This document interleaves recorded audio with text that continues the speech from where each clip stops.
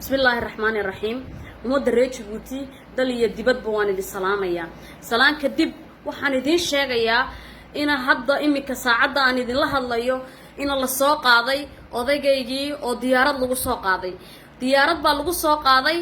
madaarka markuu ka soo degay airportka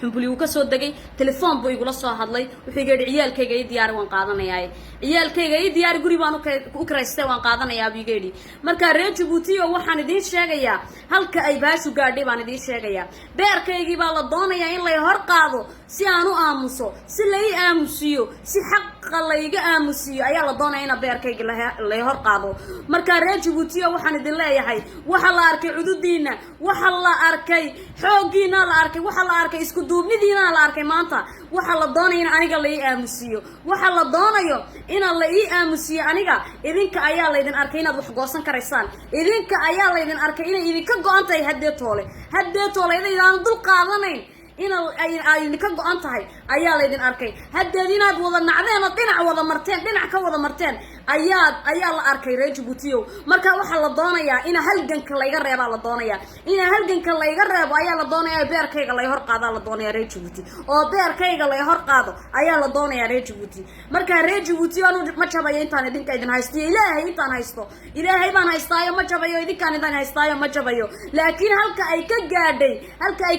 arkaysan in ubadka sida loogu tumanayo ubadkii shalay toole fuad baa la laayay maantana ilmahaygii ayaa la socdaa in la qaato ilmahaygii ka u yari wali uu naaska jaqayo oo sanadkii maanta u buuxsamay ayaa la doonayaa in la iga qaato reer Djibouti marka waxaan idin sheegayaa wax la qarinayo ma jirto hadeed wax la qarinayo ma jirto waad arkaysaa sida ay u cabsoonayaan waan gaadhnay guushii baan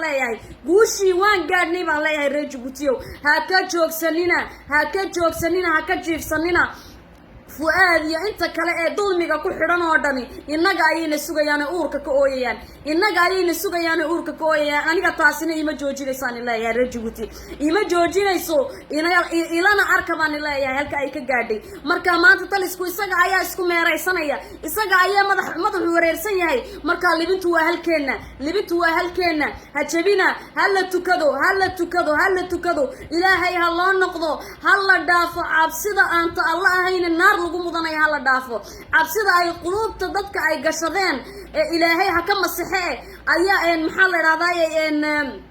ka tukada baan idin leeyahay ka tukada reer Djibouti haddii toole way dhamaatay way socdeen fuaadan waan la soo baxaynaa iyaga iyo ragga kale ee Titi uu ka mid yahay walaalkay Titi iyo inamada kale ee ku xidhan dulmiga oo dhan waa la soo wada saari insha Allah reer Djibouti waa kaade halkaasay maraysaa intaasaan doonayay inaan maanta idin sheego haddii ilaahay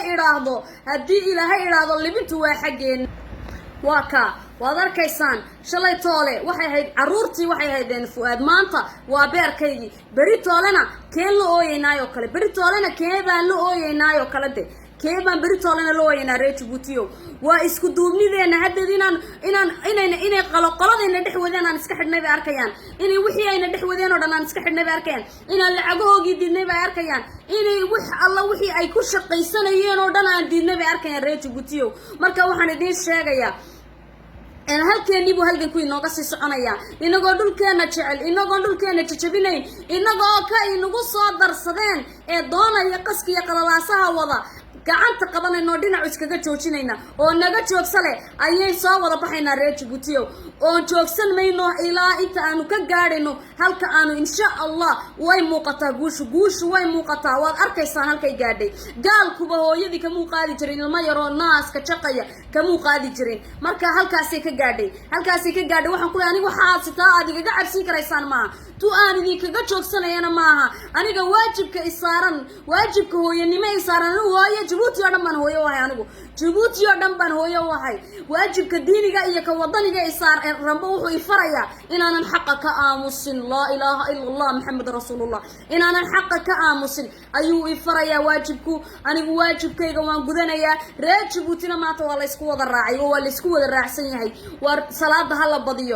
badiyo tooni way tageen iyagoon ubad dhibaatada ay noo geysteen tukad كدرني نوجي سنبو إلهي نجس السبيا أيوب إلهي نقدر قاضية آير إن شاء الله تعالى ونقدر قاضية رجبوتيو سدان سكوك دوبنا سكوك دوبنا إنا سدان هو أجادا إنا أبد كيجي لا صار دكتي هدي طولي إنا أبد كيجي لا صار دكتي هدي طولي الله ضانا إنا اللي يقول حاشا لله حق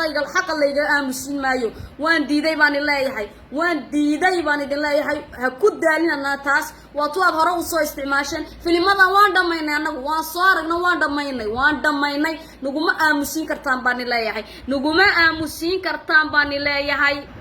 وكاريج بوتيو وان قادني هدي طولي وان قادني ديبدا إنه أصلا اسكو هايسنا إن شاء الله ayaa heedhi ayaan libinta gaadhayna wayna dhowdahay reer Djibouti soo wada baxa hadee toole soo wada baxa fadhi ma jiro fadhi ma hadhin soo wada baxa hal idin wada helo waad arkaysaan covid kan iyo waxaan ay ku meeraysanayaan ninka imikadan iyo indamiya bu ka soo dagal lagu leeyahay ka soo qaado ubadkaaga lagu leeyahay away covid ka jira muxuu karantaan u galin waayeen isaga karantaan maxay odagayga u galin waayeen inay reeraha dumiyaan inay reeraha dumiyaan bi hadee toole ka gaadhay inay reeraha dumiyaan ay hadee toole ka gaadhay labada walaalaha kala kaxee labada isqabta kala kaxee waligoodba wax lagu yaqaanay maahay wax cusub oo sheegayaan ma jirto reer Djibouti marka waa idinka ayaa la idinka cabsoonaya idinka ayaa la arkaya powerkiini inaad la soo noqonaysaan war la soo noqda powerkiina aan leeyahay la soo noqda powerkiina oo soo wada baxay insha Allah biidnillahi kareem ilaahayna si fudud bay inaga dulqaadi doona si fudud iyagoon dhibaato ziyaada ay noo geysan ayuu inaga dulqaadi doona kay nagu soo darsadeenna dhinac inooga saara ka doonaya inuu meel gubana dhinac inooga saara ka doonaya inuu cid wax yeelana dhinac inooga saara gacmahan isaysanna Allahu akbar baan leenahay ilaahay siduu iyaga xaq ugu garansiiyo ayaan Allahu akbar ku soo baxayna insha Allah waan idin salaamaya reer Djibouti qalbigaan idinka soo salaamaya walaalahay dhamaantiinba waan idin salaamaya xaqu ifi xumaantuna way tagi حقه إفي حماتنا ويتجي بان الله السلام عليكم ورحمة الله وبركاته أنا دتاكم عبصانا يا بان الله يا دنا يا جايانو شجع تاسي توي جوجين يسمعها السلام عليكم ورحمة الله وبركاته